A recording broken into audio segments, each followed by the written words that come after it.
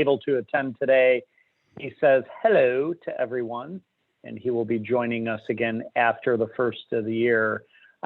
Before we get started, I do want to give a big shout out to our brother, Mr. Michael Norton, our brother in crime. Michael is the CEO of a company called Tremazing, and there's a couple reasons to give a shout out to Michael. Number one is he is a wonderful partner to us. He is a wonderful friend to both John. John, you've known Michael how long? About 25 years. Yeah, I've only known Michael about as far as I can remember. That's as far as your memory goes back. And not only does he have an amazing organization with Tremazing, he's influential in some of these grab and go growth tactics webinars because he's attended almost every one. We've done, I think, 38 of these now, and he gives input and feedback and tells us what we're doing well and not so well. Last but not least, he is my brother from another mother. I mean, don't we look alike? Don't we look alike? We really look like. Michael, welcome. I promoted you to panelist.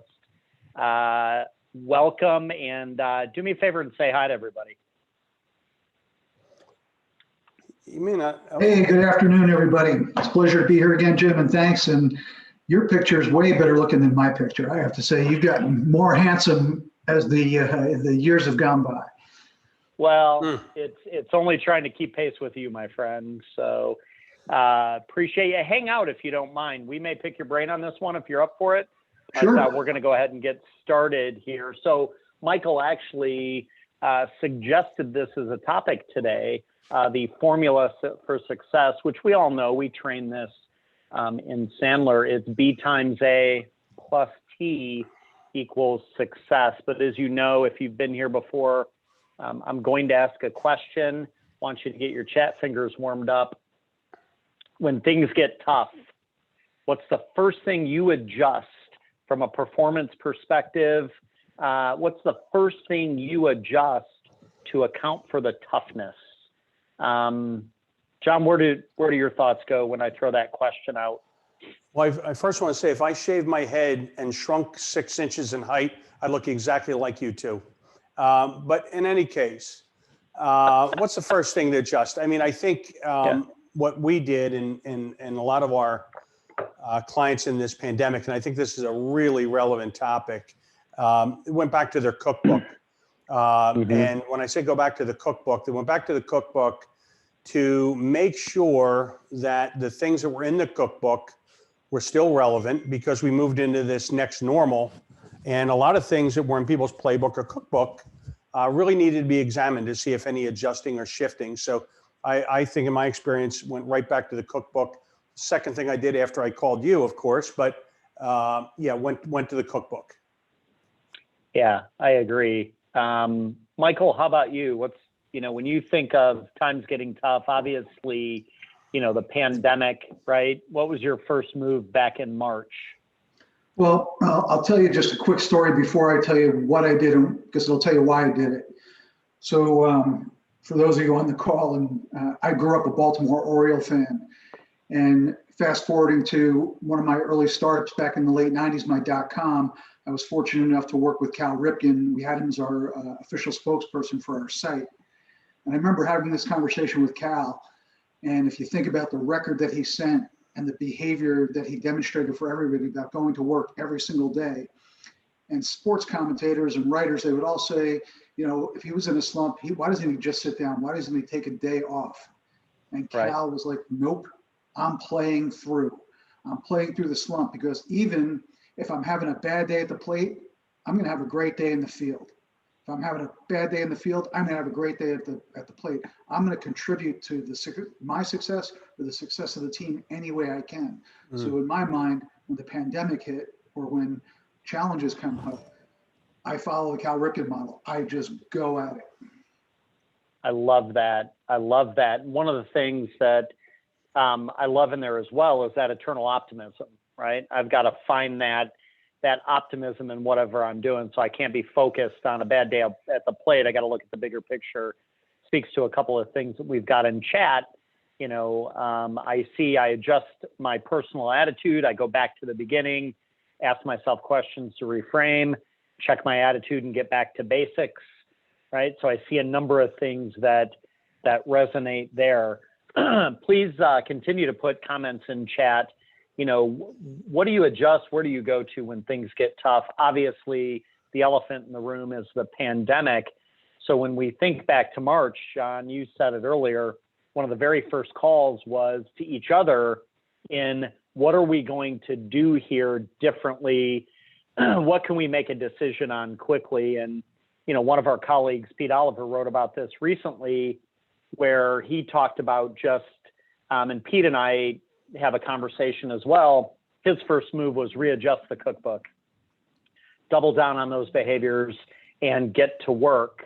And so as we're out and about, and I'll be curious, to get Michael's comments on this, but, as we're out and about prospecting, we're seeing a little bit of this, right? We saw it back in March. John, you just shook your head. You seeing some heads buried in the sand, or did you?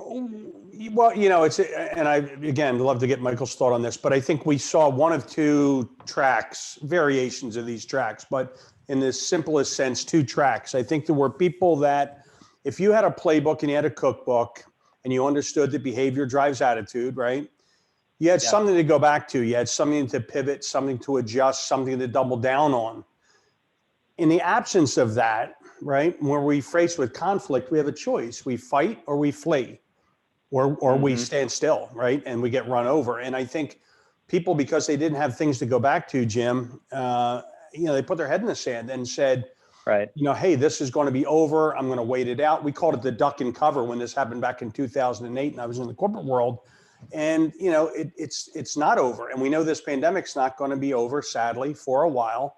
And, but I do see people that if they did not have a playbook or a cookbook to go back to, they buried their head and they just are waiting for it to be over. And as Dr. Phil would say, how's that working for you?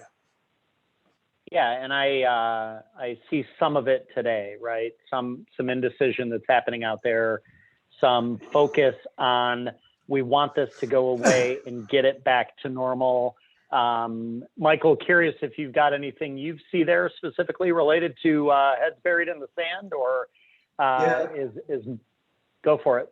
For sure. First thing though, when you see Pete Oliver or talk to him again next, tell him I said thank you, because John shared that story with me about the cookbook, and I challenged our team to create 100 unique conversations in a very short amount of time. So that's awesome. We amplified our cookbook. So tell him I said thanks. The second thing I would say is, and you guys probably know this, it's happening too. It's probably happening to people on the call. Zig Ziglar used to say, did you ever notice that people with nothing to do want to do it with you? And I've had so many people just like want to reach out, have in the beginning of it, it was fun. Yeah, like let's encourage each other and pick each other up. But then I was having conversations with the same people who were just, they weren't doing anything. And like, why aren't you, your customers are still there, your prospects are still there. And I have to tell you, it's sad because since this started, some of those people lost their jobs. Yeah. Right. And it's not only the salespeople who really needed to amplify their efforts. I've seen customers who also put their head in the sand thinking they could ride it out, not make difficult choices or make buying decisions.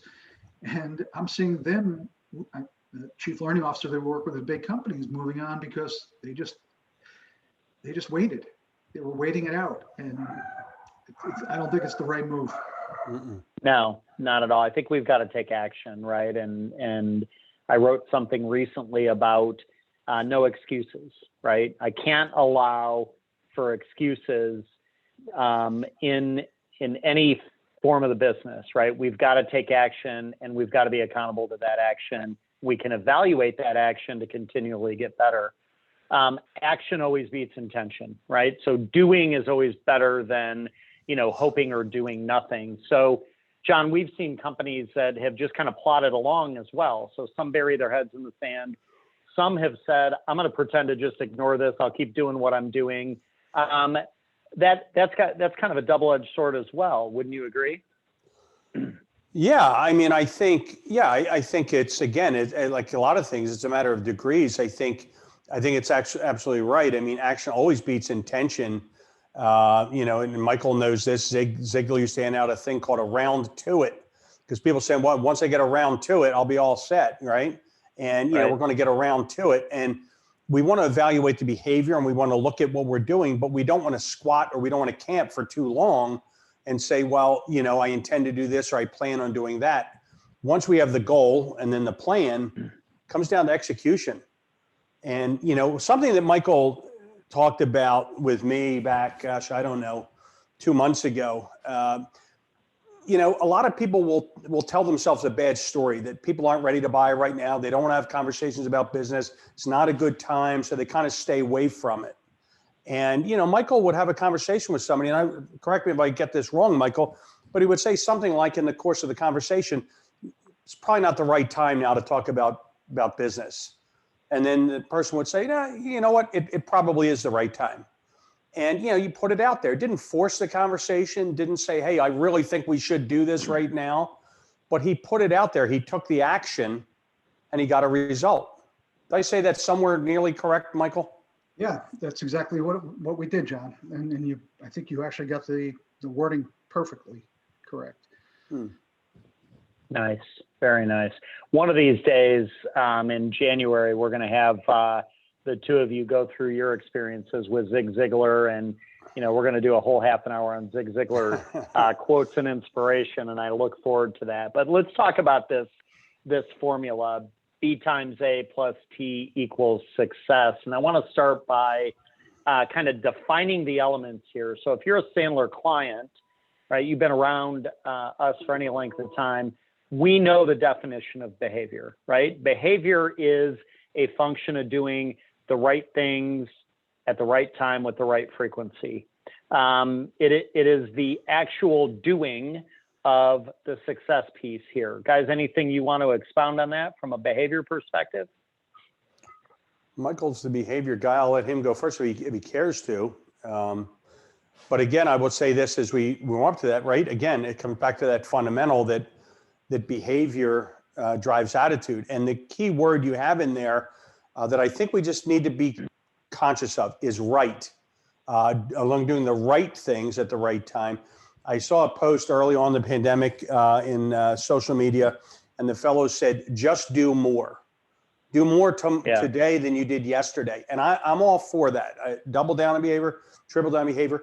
But you want to make sure that you think it through and you do the right things, because more of the wrong stuff doesn't help. So you want to make sure that you're doing the right things, and look at that cookbook. I totally agree. Yep. Yeah. And I would just add to that, and somebody gave me this a long time ago, and I loved it. It's when I wake up in the morning, who do I want to show up as that day, right? And if I'm feeling it like, wow, it's going to be a bad behavior day, I've got to know that I've got to amplify that. If I wake up and I say, who am I showing up as today? Man, I'm going to show up as the guy with the greatest attitude, right? And who am I going to show up as today? And maybe it's the day that I'm going to go back into Sandler Online and go through a 30-minute online course because I need to work on my skill. But it's when I wake up each day, that's the question I ask myself when I'm shaving. Who am I going to show up as today? I love it. I love it.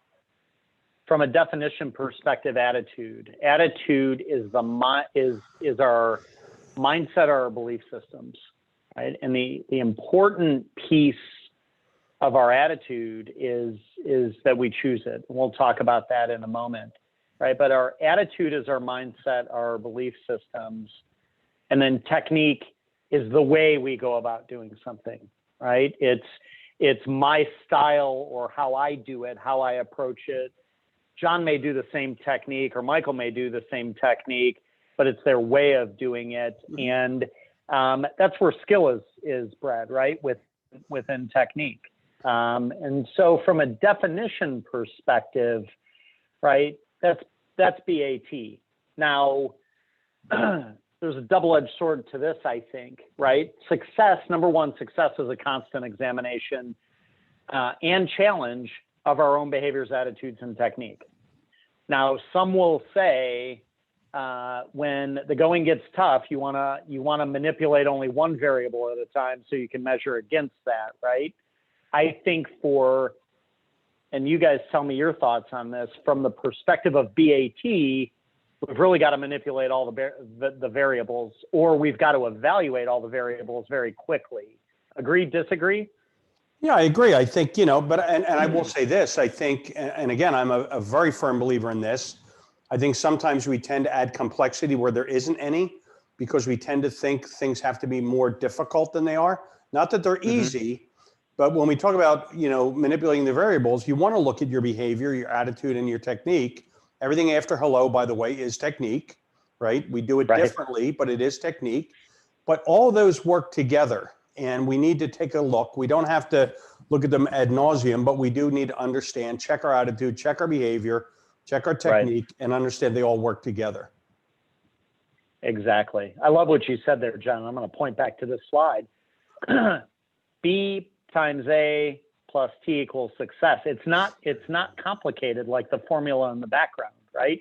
We can keep it very simple. And by the way, these are three things that we have absolute control of. And so when we look at when times get tough, right, we've got to be very careful of externalizing, right? We can't fully blame a pandemic or COVID without first examining and challenging our own behaviors, attitudes, and technique, right?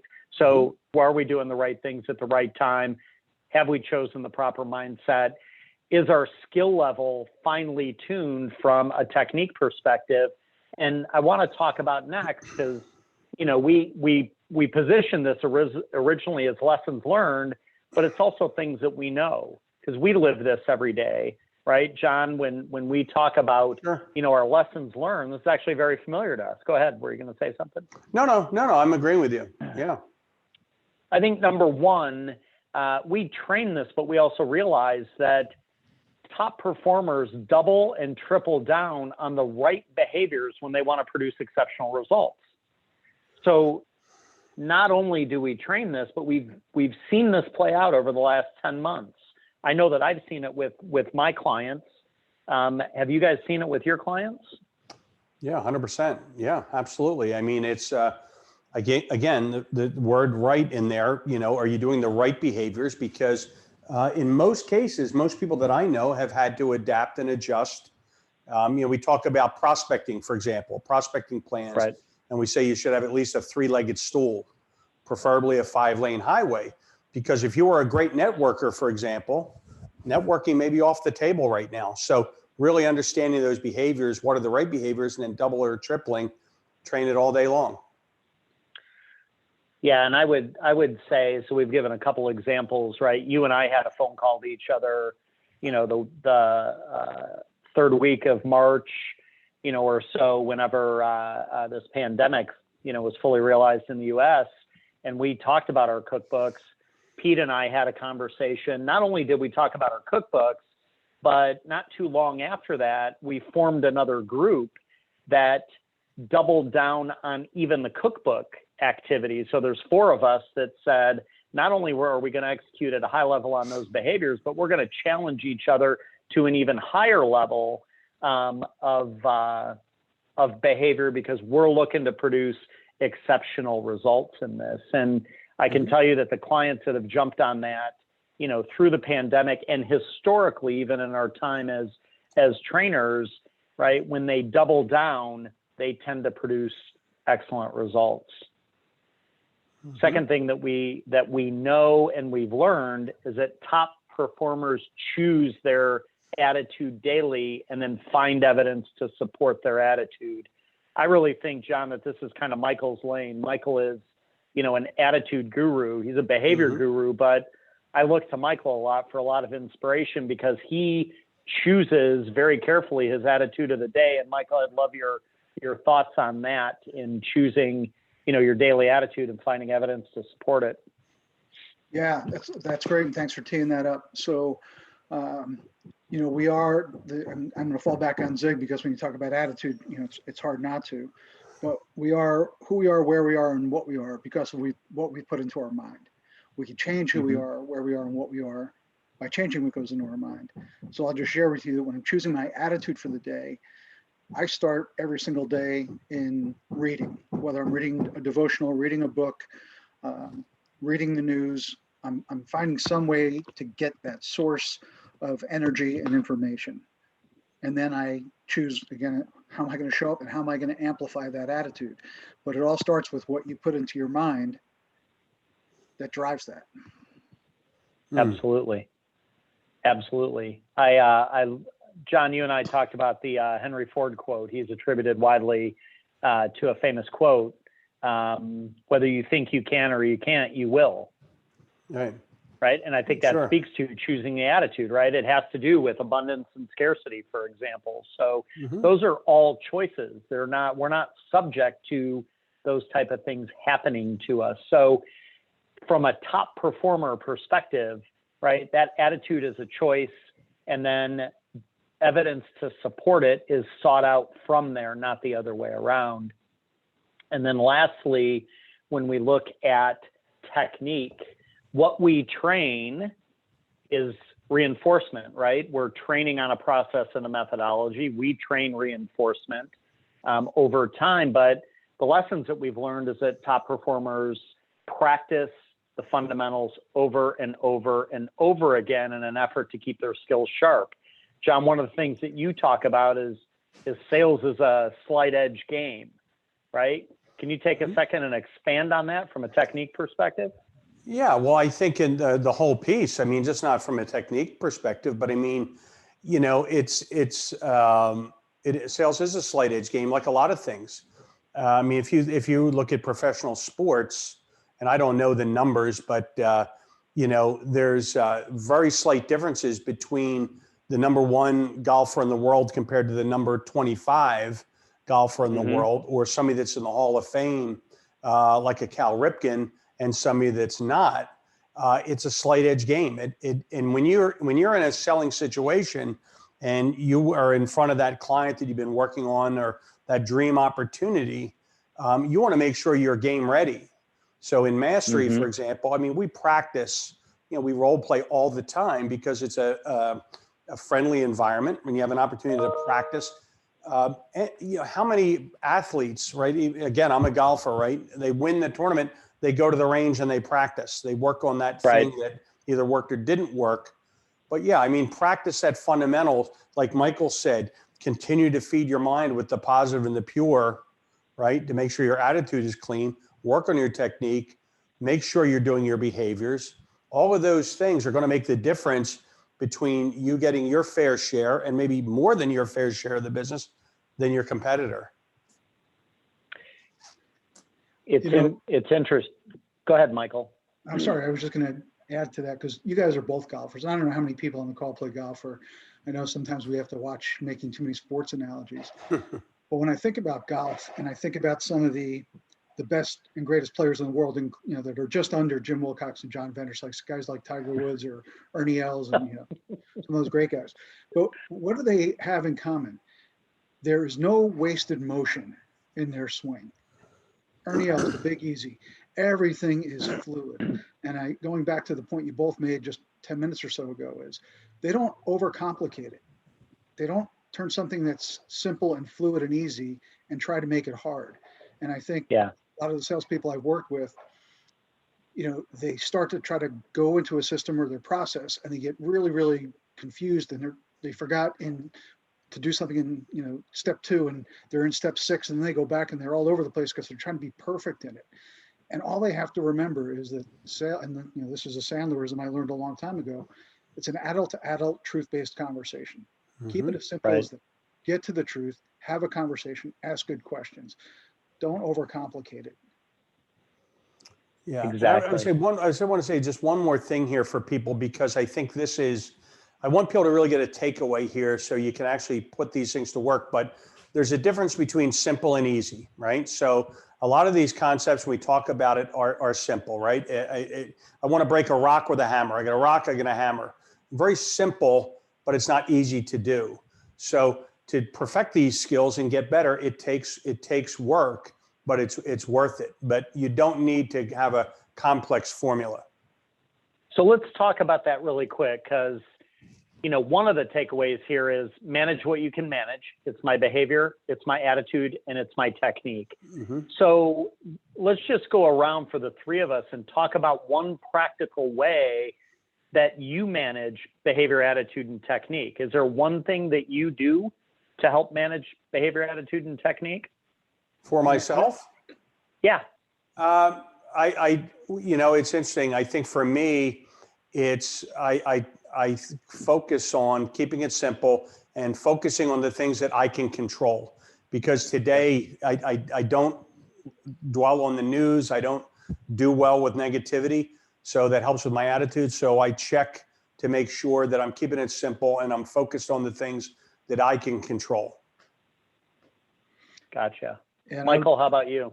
Yeah. So again, I've had a really blessed life, and I've had some really great experiences. And one of them was to spend about 5 hours sitting next to Shaun White, the snowboarder, on a flight. He was my seatmate in first class. And at the time, my kids were competing competitively up in for Vail ski, the Vail Ski Club. And anyway, I said, look, if I spent 5 hours with you and I go home and I didn't tell my kids I learned one thing from you, they're going to kill me, right? I said, what's the one thing that you can give me that I can take home? And I've applied this to attitude, behavior, and technique. What he said was, he was not the best snowboarder that he had ever seen. What he would do is go to the snowboard park or the terrain park. He would watch and he would look for the best people that were in there, and he would get behind them and watch them. His brother was even better than he was. He said he would get in whatever his brother was doing. If he moved his hips, he moved his hips. If he moved his shoulder, he did this. Whatever he did, he said, tell your kids to look for the best person that they know in that skill and emulate them. So when I think of behavior, attitude, and technique, I go to the people who I know, like, Pete Oliver or Mike Crandall, other guys who are just behavior animals. And I say, that's what I want to do. If I'm looking for attitude, I might call Tom Ziegler and say, hey, what are you doing today, man? What are you doing to develop your attitude today? And if it's technique, I'll go online and I'll find, the courses, as I said earlier. But I want to emulate the people who are the best of the best. Yeah, that's awesome. And for myself, from a behavior perspective, my behaviors are documented in my calendar. That's how I manage them. My attitude, I journal from an attitude perspective. And then from a technique perspective, it's active engagement and role play. So I was role playing at 9:30 last night with another Sandler brother from California. I'm in a Friday morning role play group. I talked to John. John, how many times do we talk during the week? 4, 5, 6? Easily. John and I will actively role play scenarios out to keep that slight edge in what we do. So it's 1 minute after 1. We're actually a minute over. I want to say thanks to Michael. You guys wouldn't know it, but I put Michael on the spot today and said, hey, guess what? You're going to join us. Michael, I appreciate you being a good sport. Michael will be a guest in 2021 several times, hopefully, in this Grab and Go series. Hope you got one thing out of it. Do me a favor and put in chat one thing that you got out of it as we're leaving the call. The next 2 sessions are going to be emailed out to you as links from previous sessions. We're going to give you some choices of sessions that we feel were great. They were selected for us by a third party that said, hey, these would be great to put out. So make sure you watch those recordings over the next couple weeks. We will be coming back to you in January with a brand new Grab and Go series for 2021. Really appreciate you guys taking a half an hour out of your day. John, Michael, great to see you guys. Really appreciate you. And Merry Christmas, Happy New Year's, everyone. Terrific. Everybody have a happy holiday and stay safe. Good to be with you, Jim and Michael. You too. Of course. You too. All right, guys, got to run. We'll catch up. You bet. Thanks, Michael. Appreciate you letting me put you on the spot. No worries, man. Anytime. All right, man. We'll talk soon. See you, Jimmy. All right. See you, Johnny. Bye.